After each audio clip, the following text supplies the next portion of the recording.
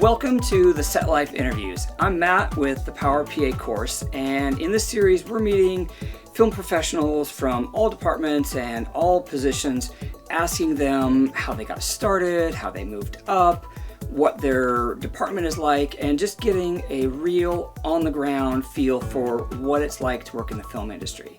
And today we're talking with Daniel Scarpati. Not only works as a camera operator, but he's the author of Gofers, which is a book about his experience as a production assistant and a wealth of information about what it means to be a PA, how to be a successful PA, and not how to defy gravity, though.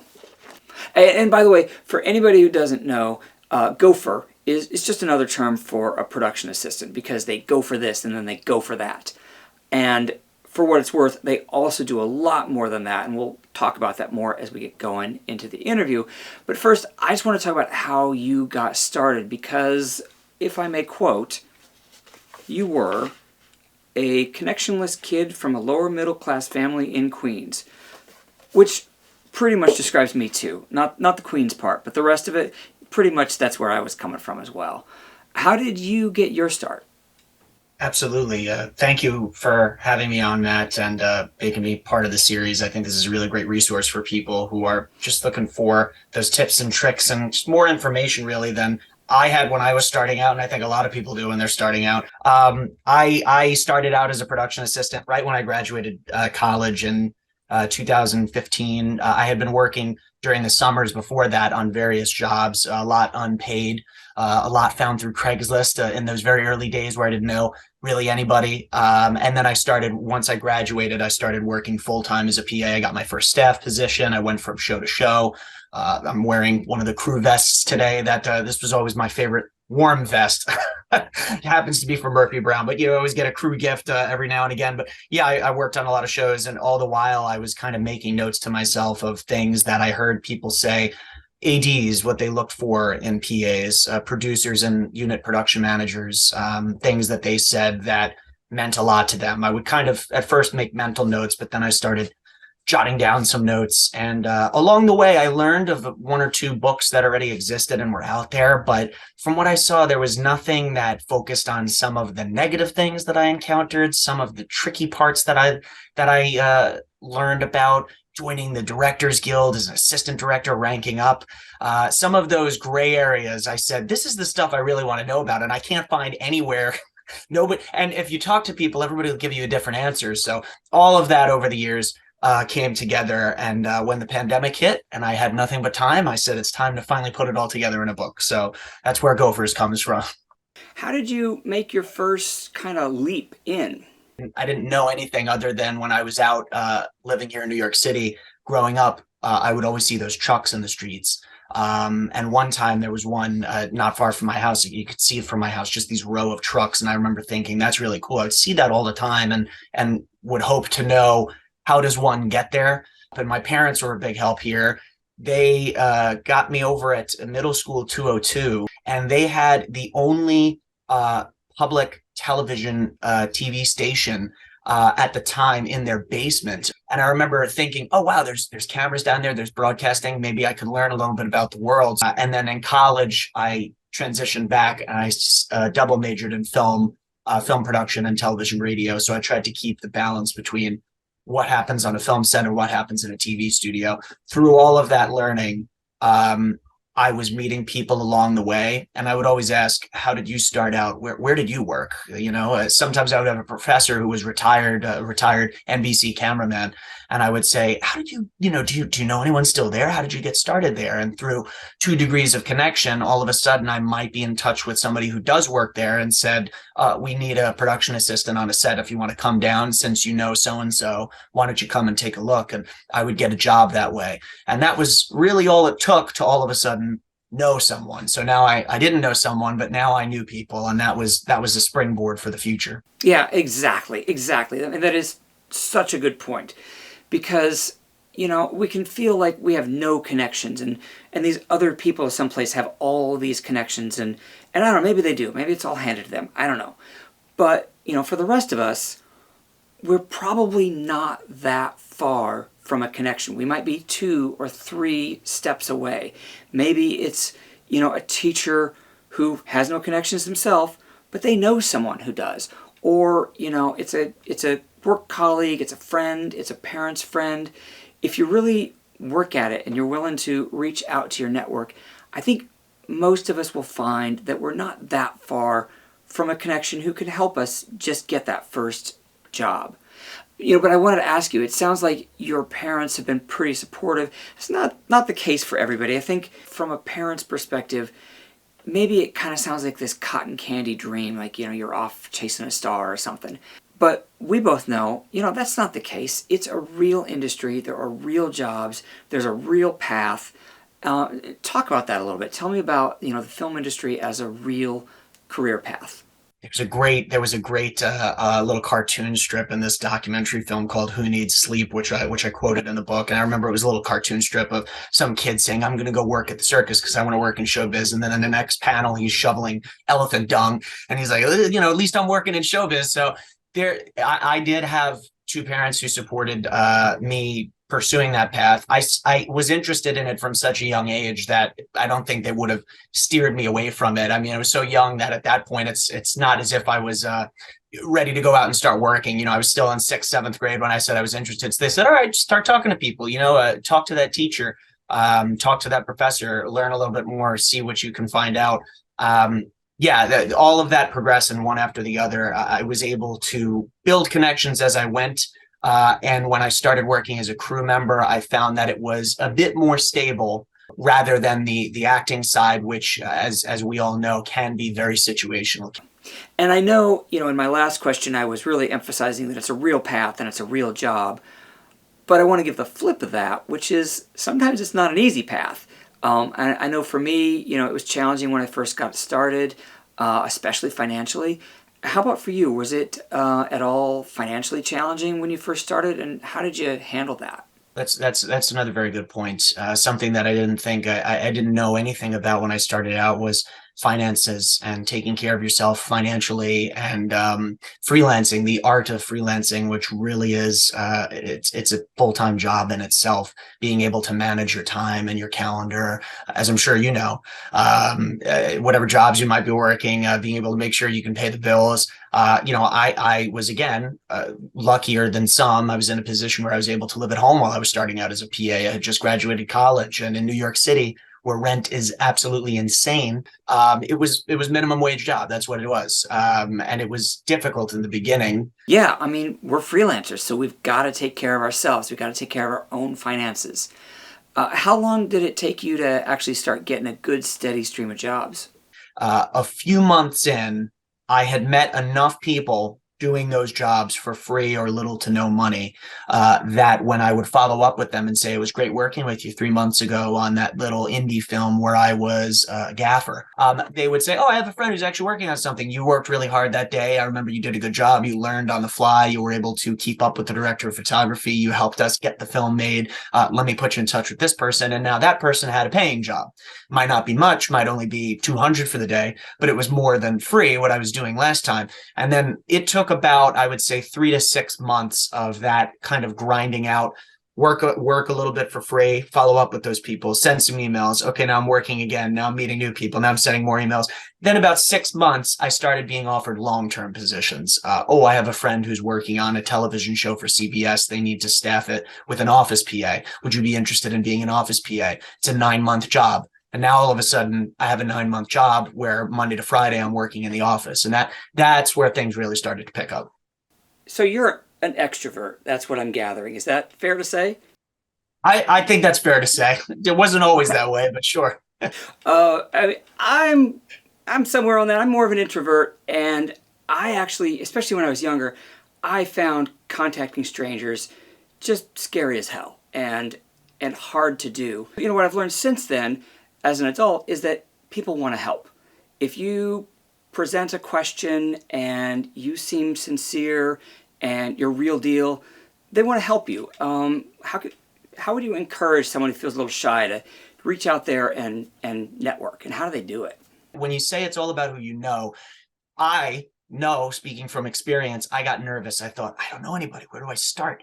I can't just walk up to those trucks. They're going to think I'm just some guy who walked off the street. When in fact, I later learned that's how a lot of people start out. There are people who all these years have just been walking up to those trucks and saying, hey, is there anybody I could talk to about being a production assistant? And it might work if you see those film trucks out on your street. It did work for some people. I know very successful former PAs who are now assistant directors. They started out by doing that.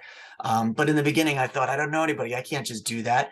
So I found as I went along, it's really not all about who you know. It's all about who you don't know. If you put yourself in that mindset, you think to yourself, who can I reach out to and just go introduce myself to? That all of a sudden now, after just doing that one thing, all I have to do is just throw my name out there. Say, hey, how you doing? I like your shirt. Anything. Or if you're on set, oh wow, that was really cool. Camera move you did. I want to pick your brain about that sometime when you're free and you could talk about anything. All of a sudden now you know that person, and now it's all about who you know because you know them now. Yeah, I love that point. I think that is such a good reframe, because who you know and who knows you isn't some static thing that's set in stone. It's dynamic. Like, you don't know this person today and they don't know you, but tomorrow, if you make the effort, you could know them and then they will know you. You also want to make sure that they know you in a positive way, that you've made a good impression. You know, if they know you as the PA who always shows up late, or someone who's really grumpy all the time, that's not going to help you. That's going to hurt you. You'd be better off not knowing that person in that case. But, you talked a little bit about working for free, and that's, it's always kind of a dicey territory. I remember, because I'm a producer with a small production company, and let's just say a large network contacted me out of the blue and asked me if I know of any PAs who'd be willing to work for free on their for-profit for their network shoot that was coming into town. And I was feeling a little cheeky, so I said, so is anybody getting paid on the shoot? And they replied, of course they are. This is the XYZ network. It's like, well, if anybody's getting paid, then everybody needs to get paid, so good luck. So that's one of my rules about paid and not paid. Do you have any rules, like for yourself, about when you would have accepted or would not have accepted an unpaid job? My rule of thumb was always I would do that job for free, or that small series of jobs, whatever I had talked about with that person. And if I couldn't find somebody on that set who was a good connection, or if the person who'd hired me and I did work for free didn't in the next couple weeks or months connect me with anybody useful, or didn't ask me to come back this time as a paid production assistant, I just stopped reaching out to them. I just stopped following up with them because I felt like there was nothing fruitful coming of that. I came in and I worked hard and I was on time. I was early. I did the work they asked me to do. I respectfully followed up with them afterward. I didn't have any expectations on that job, but I think being expected to come back time and time again to do that same thing for no money whatsoever, that's where I would draw the line and say, you got the sample. Now I would like to really work for someone and start earning a little bit. And that was kind of how I operated in those first few months, to do a free job. And then if I couldn't find something paying after that, I kind of would stop following up with that person. Yeah, I think that's a fair rule. I'm curious about when you first started out, and I don't want to put you on the spot, but I guess I'm gonna.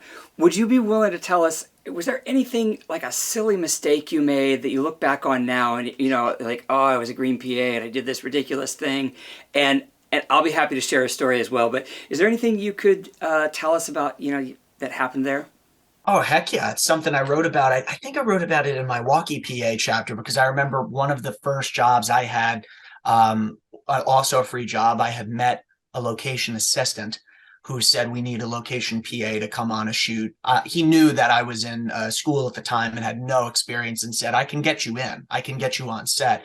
You're not going to be paid though. And I jumped at it. I said, sure, it's just one day. I'd love to come. Let me see what's going on, and maybe I'll meet someone. And on that first day, I remember I was locking up a doorway of an apartment building. It was for a TV show for a medium-sized network. And they were filming this recreation scene outside where they had all these period cars and period dress actors on set. Period meaning it was a piece that took place in a time period, I think it was the 1950s or 60s. So it was important that no modern day person dressed like me walked out onto the street that would break the illusion. So I was locking up a door and they handed me a walkie-talkie, and I'd never held a walkie-talkie before ever. And they said, so if anybody calls your name, just say, yeah, go for Dan, and they'll tell you something. And then I remember I heard rolling, and, we got the first take, no problem. And I didn't have to face anybody. There was nobody at my doorway. And then in the second take, right at the end of it, I heard Daniel in the hallway. And I know they needed to tell me something. I just froze up. I was really, really nervous. I didn't say anything back. I was too nervous. I didn't know. I thought to myself, they didn't actually call for me. I'm not being paid. Why would they call for me? And then I heard them, Daniel. And for some reason in that moment, I was too new, too nervous. I didn't say anything. And then he came in the doorway. He ran over and he was like, I was calling for you. Didn't you hear me? And I kind of just didn't say anything. I think he understood that I was basically super green, super new. In other words, I had no experience. And I got used to it after that. That was a very early mistake that I made, but it was a learning experience. Anything similar with you? Well, actually, yeah, for me, it was related to radios too. And I think a lot of people think, like, oh, it's a walkie-talkie, big deal. I had some as like a kid set, or we use some when we go camping or whatever. On set, they can be a little intimidating because there's rules and there's protocol and there's language that, whole different words and that mean different things. So for me, my experience was I was working on a show. We were in one location today, going to a different location tomorrow. One of the ADs says to this very green PA, hey Matt, can you take the radios home and bring them to set tomorrow? Cool. I took the radios home and I brought them to set tomorrow, the next day. And what I didn't do was charge them up. So what he meant was, can you take the radios home, take them into your house, plug them in, and charge them overnight, and then bring them to set tomorrow? So we spent the first half of the day with dead radios. But honestly, I did literally what he told me to do. I just didn't understand that, there was a set of unspoken instructions around that. And that happens a lot. Especially with radios, but with a lot of things, related to being a PA, there's sort of a very short spoken instruction that comes with this whole unspoken other instruction. That's a good story for the record. That's important because so depending on how that person responded to you coming in with dead walkies, I think was the important thing. Were they a bit understanding that they weren't literal enough with somebody who wasn't new, or were they thinking, this is totally your fault, you should have known what I meant? They were pissed. I was in trouble. Yeah. Totally. In retrospect, I would put like 65% of that on the AD for, giving a green PA that instruction. And I'll take the additional, 35%. So I got, a little bit yelled at, no biggie. But have you ever had that experience? And I know the answer to this, of course you have, but can you think of a time when, somebody gave you a hard time or was unfair or just yelled at you? We hear the stories about it, and it happened to you? Yeah, they're actually almost identical experience, not with walkie-talkies, but this time it was a set in Manhattan. This was later in my PA career where I ranked up to working as a key production assistant, which on set, the key PA is usually the highest position in the hierarchy. They're the ones who help hire the other additional production assistants. Additional is where I start out and where a lot of people start out. They'll work on a busy day, maybe one day a week. The key PA will work full-time 5 days a week if that's what the project demands. And then there's all other PAs in between: first team PA working with the actors, walkie PA working with the walkies, background PA with the background actors, so on and so forth. But there was one job where I was working with an assistant director, and I was doing my job as the key PA, and I knew I had to communicate something to a production assistant, and another production assistant, and the way that I would do it is I would usually speak as I would speak into the walkie, but I would walk in the direction of that person kind of subconsciously. And if I had a line of sight with them, I would use my hands and gestures. I might point somewhere. I did it that way. And the assistant director starts screaming on the walkie, Daniel, get over here, get the F over here right now, screaming and cursing. I'm like, what did I do? And I run over and they're like, don't you leave my side. The key PA always stays at the side. You never walk away. You have to learn to direct from this one position and speak into the walkie. You don't walk anywhere else. You don't go see anyone. You don't go talk to anyone. And I was thinking, all right, I copy you. I copy that. That was what I said to a lot of assistant directors over the years, even if I didn't agree with what they were saying. Copy that. tried to cool it down, and it would just happen again where later I subconsciously kind of walked away from her position, and it was just the way that I worked. And she got furious with me. She kept screaming over the walkie and in front of the crew members. And I remember feeling they were all looking, and it was very awkward. And she was just yelling at me for what I felt was no reason. I understand that was her style of work. I didn't think there was any need to scream at me in front of the crew. And that was for something where, depending on the kind of AD that's watching this video, maybe I was doing something wrong. And in that case, all right, fine, it's something I had to learn. But I thought that it was just my way of going about things a little bit different than hers, and there was no need to scream and demoralize me in front of the crew as she did. I didn't like that. That's the kind of person I said, I don't want to work for it again. Was that a first AD? That was the first AD, yeah, the highest ranking AD on set.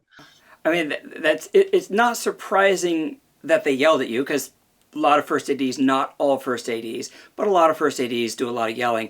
But it's kind of surprising to me that the first AD expected the key PA to be in their line of sight. I would expect like a second AD or a second, but I don't know. It goes to the point that things are done differently on different sets, like in different geographic regions, in different industries, different types of shoots, but also then just individual shoots. You can be on the same type of shoot in the same city, just this AD runs things this way and that one runs things another way. And not just ADs, but a lot of crew members kind of seem to have a feeling that the way I do things is the only way. Not only, is this is how I like to do things, but like, why would anybody do anything a different way? And, the truth is, it's even more true now, but sets can be very different. In the film world, it's a little bit like the military, that there's this protocol and there are these rules that we all know. But you can't really rely on those rules every time because, honestly, these days, anybody with a laptop is a producer. And maybe they don't have any idea how things are done, traditionally or typically. They got their own way to do things. So, I don't know, what do you do when you wind up on a set and someone's telling you to do things a way that is just not the way you've always done them, or you don't think is like the standard way? How do you handle that? There's this world we live in now where new media is kind of an old term. New media used to mean streaming, and nowadays everything is everything. Film is television. They air each way. They're all streaming at the same time. And the way things are made, people who are traditionally from film or television or maybe broadcast, even corporate videography, might be working in a arm that they didn't normally work in. And as you said, somebody might think, well, that's not the way we do things. We do things this way. But then there'll be this conflict. I mean, even nowadays, since I stopped working as a production assistant, I found myself wanting to get back to working more closely with the actors next to the director. And I found that working with the camera as a camera operator was something that I really enjoyed. And I'll be on sets where it'll be a corporate set could be Amazon or IBM or Disney, and the people who work in that area may have come from film, so I'll hear them using the film lexicon on the walkie, and if I hear something familiar, they're saying copy that, which traditionally I heard more on film sets and single cam narrative television than say a corporate or cable news channel. If I'm working as a camera operator at a cable news network, people don't really talk that way. That's more of film walkie-talkie lingo. But if I hear that, I'll try to pick up on cues like that and use my experience in that arm to bring the things that I know are from that world to the front and showcase those skills or, walkie lingo, whatever it is that I'm noticing or I'm picking up on. I'll try to prioritize it. Whereas if it's something somebody's done that's a little bit new, 9 times out of 10, I'll probably just be honest with them and say, it's interesting you do it that way. That's not the way I'm used to doing it. I might very quickly clarify and just ask, is that how you do it? Would you like it done that way for the rest of the day? All you have to do, what I'll say sometimes is just tell me once. I'm a quick learner. And that usually disarms the person. And, nowadays they don't yell at me anymore.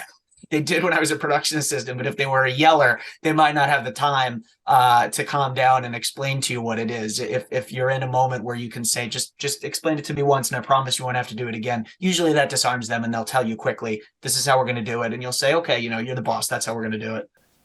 Totally. I totally agree. And we really emphasize that in the course, that even if you learned it from us, wherever you learned the standard way to do things, if you're on a set and they want to do things differently, as long as it's safe, just do it their way. But I like what you add on, which is if you can, and sometimes as a PA it's tougher to do this, but if you can say, okay, that's interesting, I haven't done it that way before, and maybe you're offering them a little bit of an education.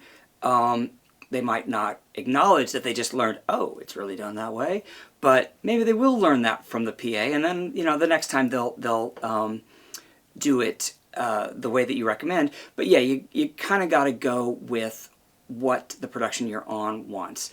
And in a lot of markets, you don't just work on feature films.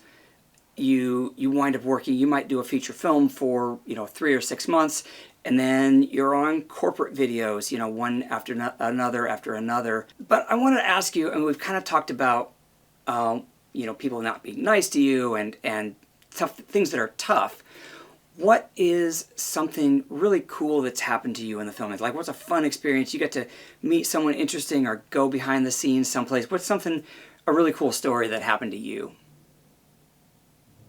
There's a lot of cool experiences. I'll backtrack very quickly just for a moment, because you said something that I thought was important. You said people will ask you to do things and you'll have to adapt to it. But you said in your course, you say, as long as it's safe.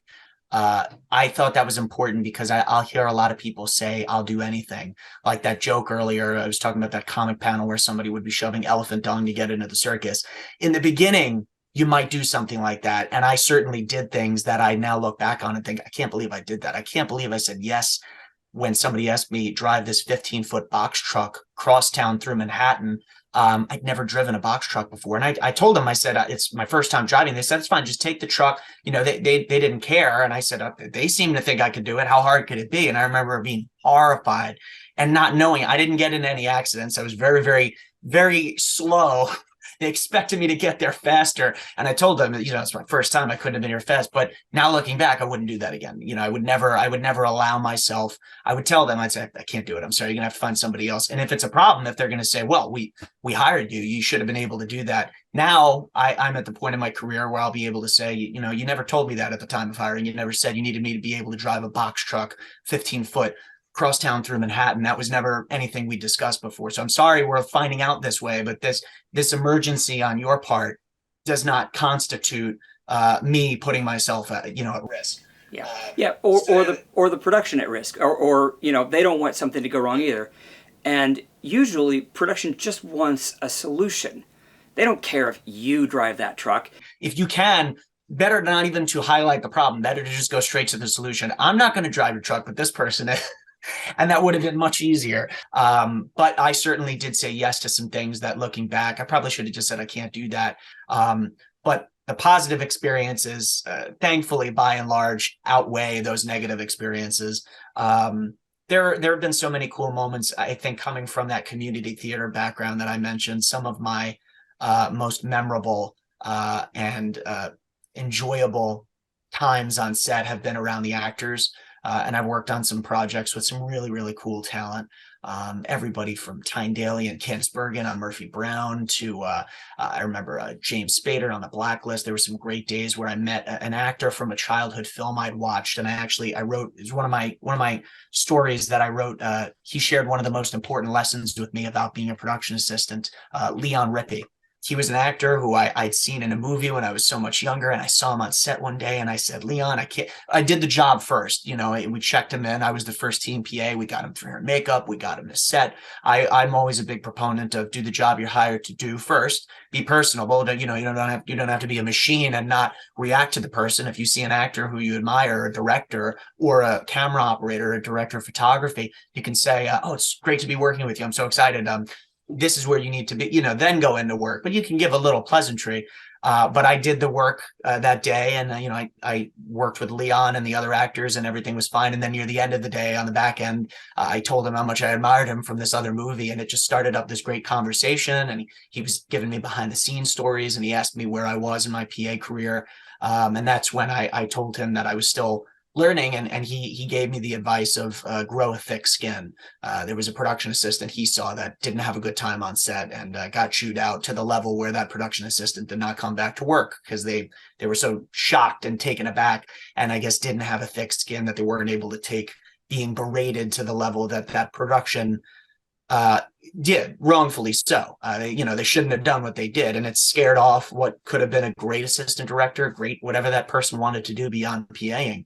And I think that was a terrible story. And I do think it's important to note that this industry, there can be a lot of prickly people who are not going to be nice and are not going to care about anyone's feelings. They're just going to care about the bottom line and the time it takes to get something done. So he said something else in his quote to you, and I believe I have it tagged here.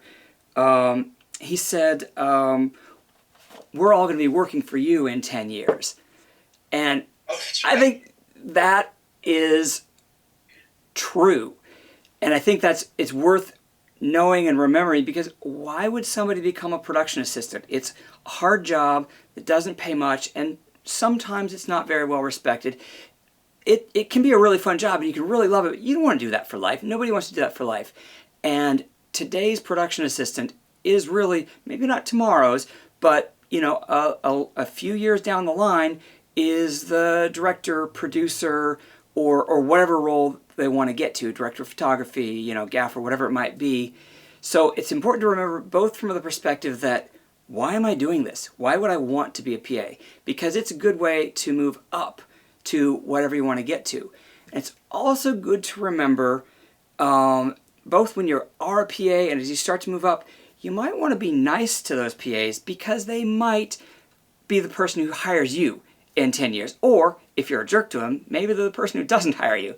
So I think that's a good reason why everybody should be respectful and kind to PAs, not only just because it's the right thing to do, but because really they are the people who are going to move up to whatever senior level position they're looking for, and then they're going to be in a position of power.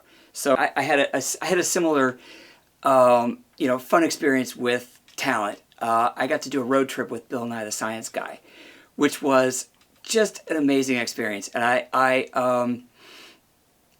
went and I had to go and pick him up at the airport. I didn't know anything about him. I was worried like maybe he's going to be, I don't know, difficult or whatever, and I had a crappy car with no air conditioning, and I had to pick him up at SeaTac. You were using your own car.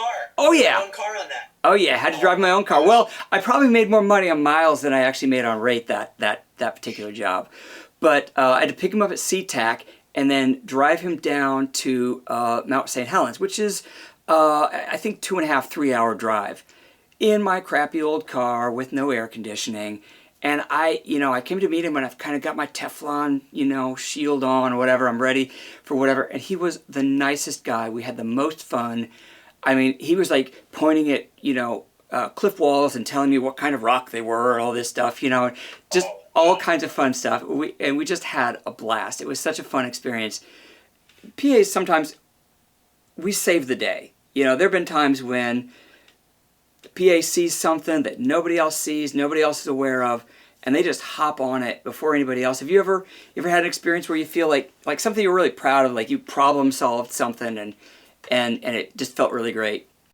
I feel like even talking about these things on video can sometimes, because I've had college students who I would speak with at my alma mater, I would go to the open house and share stories, and I would get people run up to me or come up to me afterward and say, I'm not like that though. I don't think that fast. I can't be like you. I'm different. And I think that there is a level of people get this pressure that I have to do something just as big or something just like that person, because that's how they did that. And I'm not a household name. You could look to a household name the way that Steven Spielberg might have gotten started, or Kathleen Kennedy joining and becoming his assistant. And now by latching on to the right person at the right place in the right time, now she is up on the Star Wars and Jurassic World, all these big things. You might get caught up in thinking I have to recreate it. I think something that's important is knowing that you're just going to be presented with stuff that comes your way, whether or not you ask for it, and however you choose to respond to it is the right way at that time and place. You might look back the next day and think, oh, wow, that actually wasn't the right way. This is how I should have done it. But I think what makes it the right way is that at the time you did the best that you could to address it. And if somebody then came and said to you, hey, this is a better way to do it. Did you consider doing this? And you would think, no, I actually didn't. Now, all of a sudden, by doing it the wrong way, you have come closer to doing it the right way or the better way. Yeah, I think that's an excellent point. And as much as I asked the question of when did you save the day, it's important to remember that if you're trying too hard to save the day, you're going to stick your foot where it doesn't really belong. And so, right, let those opportunities come to you. And it's one of the things that I loved about being a PA was there are kind of low expectations. Like when you first start a job, if you're working with people who don't know you, they've never worked with you before, the truth is, more than likely, they're going to assume you're an idiot at the start of the day. And you show them you're not. And by lunch, some of them, not all of them, some of them will just never see that. But some of them, by lunch, they'll say, oh, okay, this is a smart person who knows how to solve problems and we can rely on them. But one of the things that I think is so awesome about the job of a PA is there's kind of a low expectation, but a high opportunity ceiling. You just go along through the day, make sure everybody has their coffee, gets their waters, you're on radio, you're doing what you're told, and that's okay. That's the bar. You're fine. But then if you see an opportunity to, solve a problem that production doesn't even know is coming down the road at them, and you can do that, that's great. That's a plus. But you're really just fine at that bar. So you're right. Don't push too hard to, the overeager PA. We all know them. The overeager PA who's always trying to solve the problem that's not really a problem is not a great strategy either. But did you have any times when you did something you were proud of or felt really good? Yeah, in that same line, and you said it great. That perfect recap of let things come to you and you're going to learn as you go. I learned as I went, and there was a day where I learned what water bombing the set was. We would be on a set in Midtown Manhattan in the middle of the summer on a 100-degree heat wave day in a building with no air conditioning. And the ADs would say it's time to water bomb the set. And I'm thinking, where are the water balloons? Am I going to start pelting the crew members? No, it was more go get little water bottles, those single-use water bottles. And nowadays, there's a lot of reusable water bottles. I think that we've come a long way environmentally that we don't do this all the time anymore. Hopefully, most sets will say. But I would pick up little single-use water bottles and I'd go around and I'd offer them to the crew. And there came a moment, one that I'm particularly proud of, where I was the one who initiated the water bombing. I learned that day this is how water bombing works. And then a few jobs after that, it was another hot day. Nobody had asked for water bombing. And I remember looking around and I saw the director sweating. The actors were fine. They were on an air-conditioned set, but everybody around them, it wasn't so air-conditioned. The director was sweating. The camera operators looked parched. And I thought, this is a perfect opportunity to water bomb. And I didn't have anything to do at the moment. The assistant director hadn't given me any duty. I was kind of just standing there. And I knew I'm free and nobody's going to yell at me for bringing water in here. So it was a set where it was safe to do that too. Locations wasn't going to get angry. I went through in my brain all the potential factors. I brought the water to set without being asked. And in that moment, people were saying, you're such a lifesaver. They get so caught up in the work that they don't realize I need water. Yeah, absolutely. I mean, being the person who brings water on a hot day, especially has the initiative, that's one of the ways to make sure that production loves you. And I don't know, what are some other ways that both from your experience as a PA and now as a camera operator, what makes production love PAs? What do PAs do right to really make production love them? Different production assistants or former production assistants will tell you different things. But I found, keeping in the back of my mind, always be forward thinking, always be thinking about the next scene, the next setup. A lot of assistant directors will say that, and you pick it up through osmosis. That's something that I should be doing. So if they're thinking about the next scene, you might want to think about 2 scenes from now. 2 scenes from now, we're going to be in that really hot room in Midtown Manhattan where we're going to need some waters. So let me maybe walk over to craft services or check with the assistant director first to make sure you're not speaking out of turn, but think ahead. And however you do it, the proper hierarchy, maybe tell craft services, we're about to be in a really hot space, just so you know, you might want to have a few water bottles on ice because we're probably going to pass those out. Think ahead. Don't speak out of turn is also important. I feel like in the beginning, there's a lot of PAs that I met. I was in the beginning, way back, and then I worked it out of me, and I realized why that it's important to not speak out of turn. But there's a lot of PAs that will think I have to be the one to say the answer. I have to be there to say the first word every time faster than the assistant director, so they'll realize that I'm the best and I can be an assistant director. It's not all about that one person. It's not all about you. It's not all about, it's a team effort. And there's a reason why there's hierarchy, because there's those people who've been on countless more sets than you have and may have heard that one bit of experience that you haven't heard yet, but you're going to hear it today. And on that day, you hear something and you think it's a good thing I didn't speak up because that idea was way better. And then you go from there. If you want to chime in on one or two, I'm sure you have a couple of good ones, especially through the course. Yeah, absolutely. I mean, listening and comprehending and remembering. A PA who really listens and follows the instructions you give them, that's hugely valuable. Maybe to flip this on its head, let's try it the other way. I want to play a game called the 7 Deadly Sins of Being a PA. So like, you do one and then I'll do one and we'll get to like 7. So you want to start, what's the first deadly sin of being a PA? Oh, heck yeah, this is a great idea. I'll keep it short and sweet and start with the top of the day. Arriving late. Arriving to work late. That's a deadly sin. Absolutely. And just to clarify, what's on time mean? Is it like, kind of in the parking lot at call time and kind of walking towards and thinking about, or what? The way that I learned it from the assistant directors who brought me up, they would say, if you're early, you're on time. If you're on time, you're late. And if you're late, you're fired. That's the phrase that I've heard time and time again. And that's how I developed it. And I would say the same thing. On time means you are there, you've had your snack, you've drank your coffee, and you're ready to go at 7 a.m. if that's your call time.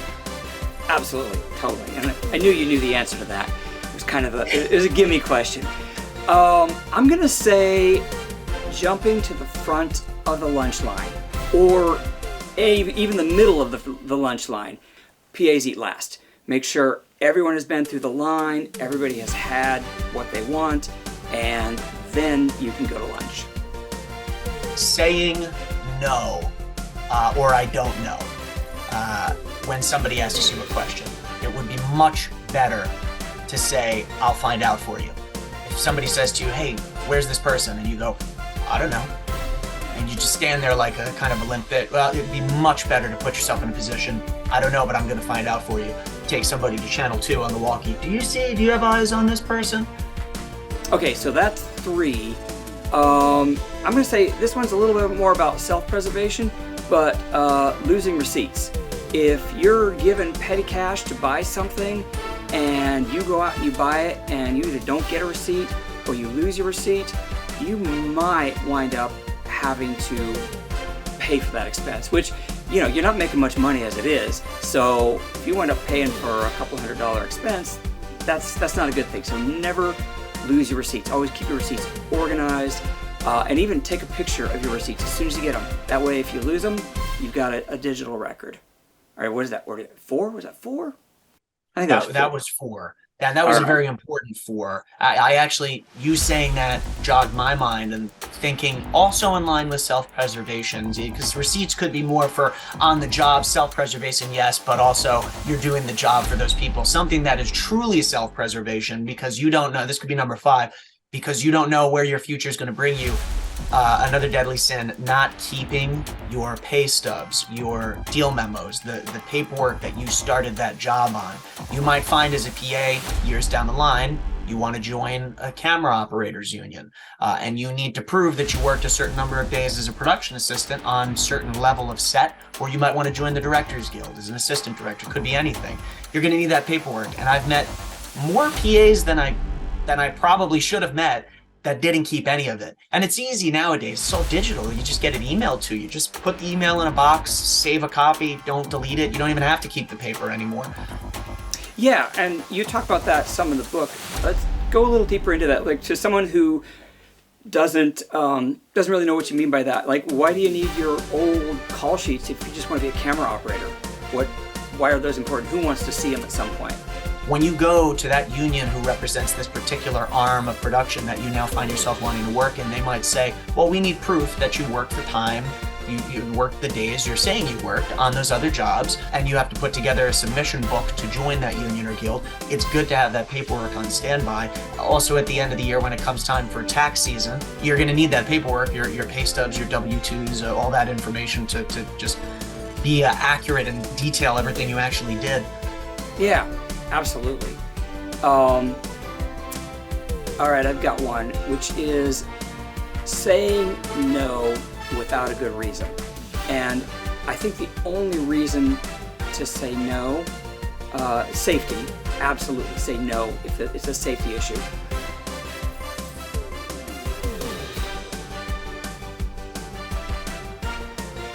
Other than that, there's not much that a PA should say no to. I've been out, I've cleaned toilets, I've mopped floors, I've stood out in, freezing temperatures. Every PA has. There's almost nothing you should say no to unless it's safety related. So don't feel like, even if, I went to film school, I'm above this. That's not a good attitude to have as a PA. You really want to be willing to do whatever needs to be done, whatever it is, and try to do it with a smile. I think that's just such an important lesson that people don't always think about. Was that number 6?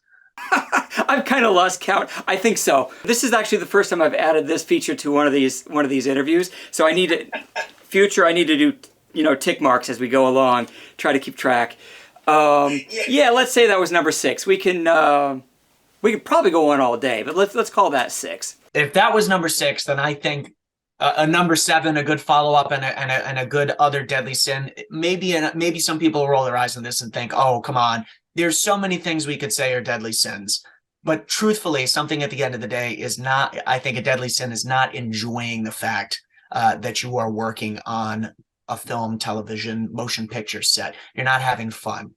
There are moments where you're not going to have fun. A lot of moments. I had a lot that I'll highlight in the book where I really didn't like what I was doing at all. But at the end of the day, I did go home and recognize, man, I was working on a feature film set. I was doing what I thought I would do when I was a kid, looking out the window at those trucks, on the streets. I made it there.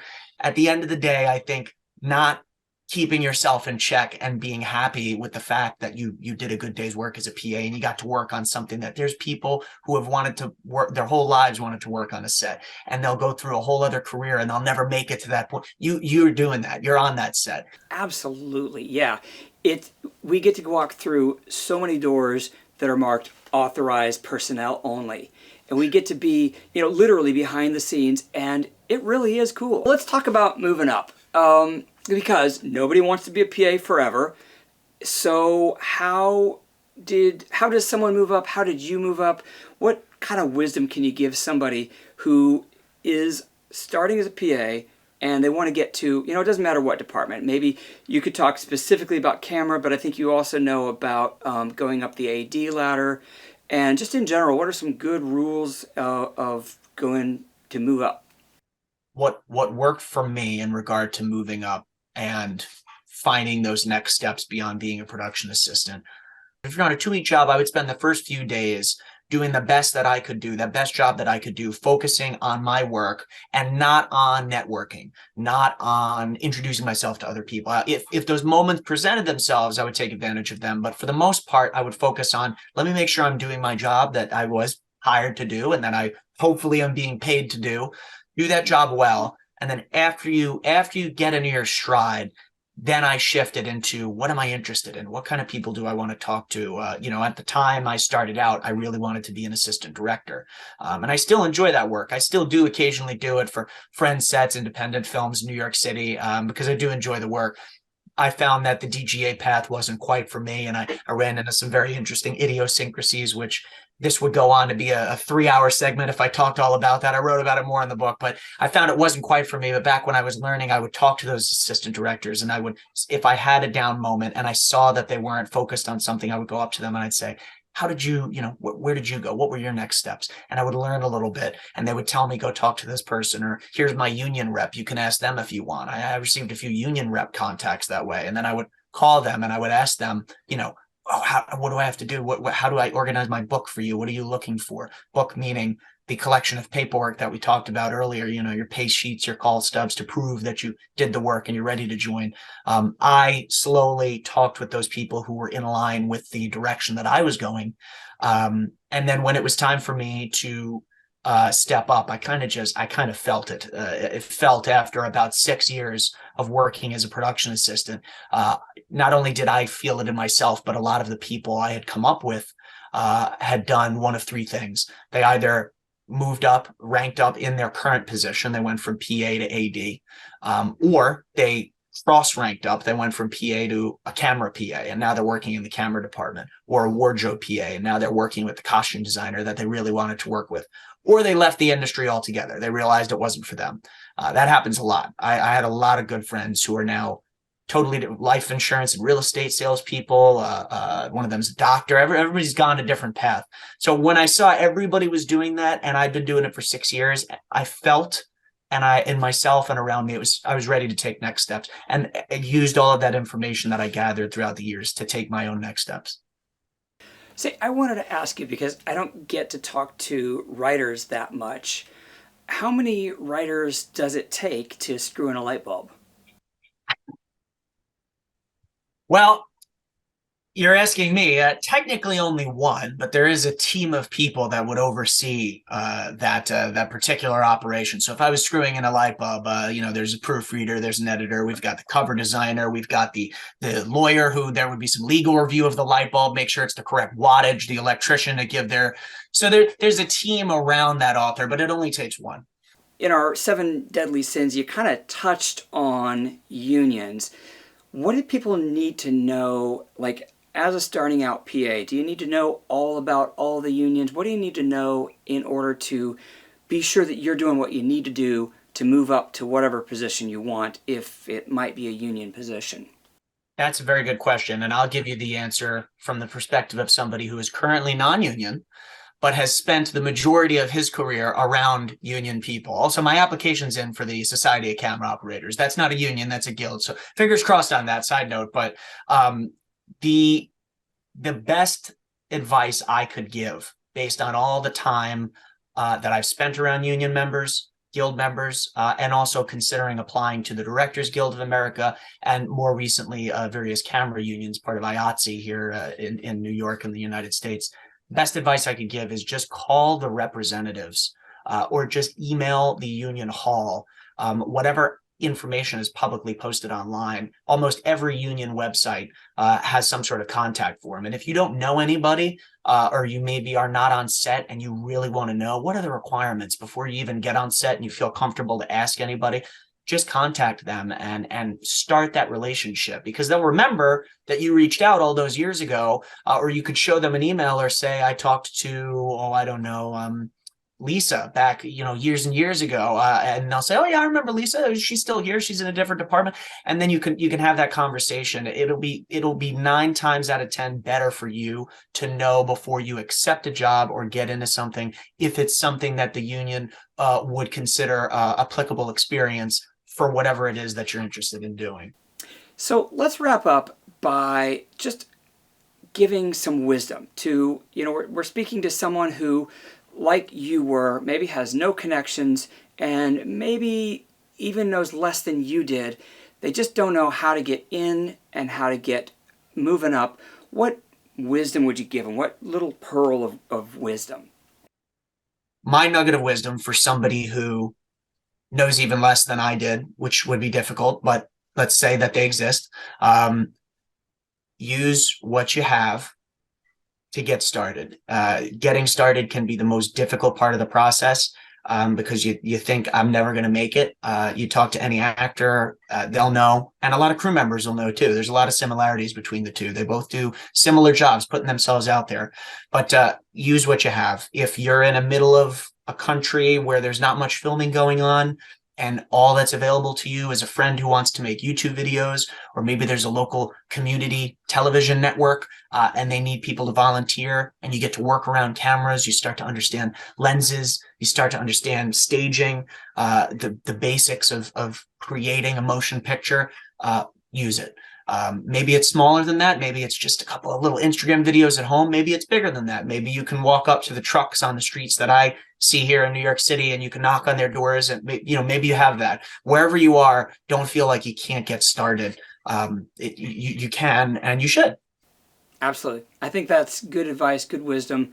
And I think it's worth pointing out that your book is really fantastic. You've got great advice, and it's readable and it's fun. I appreciate it. I hope that people, whatever book they read or wherever they get their, they go through your great course, Power P.A. course, however it is that they find their way to the information that helps them. I hope that they make use of that and that they end up on set, because that's where we all would like to be. And hopefully that's where we'll meet too. Absolutely. Thank you.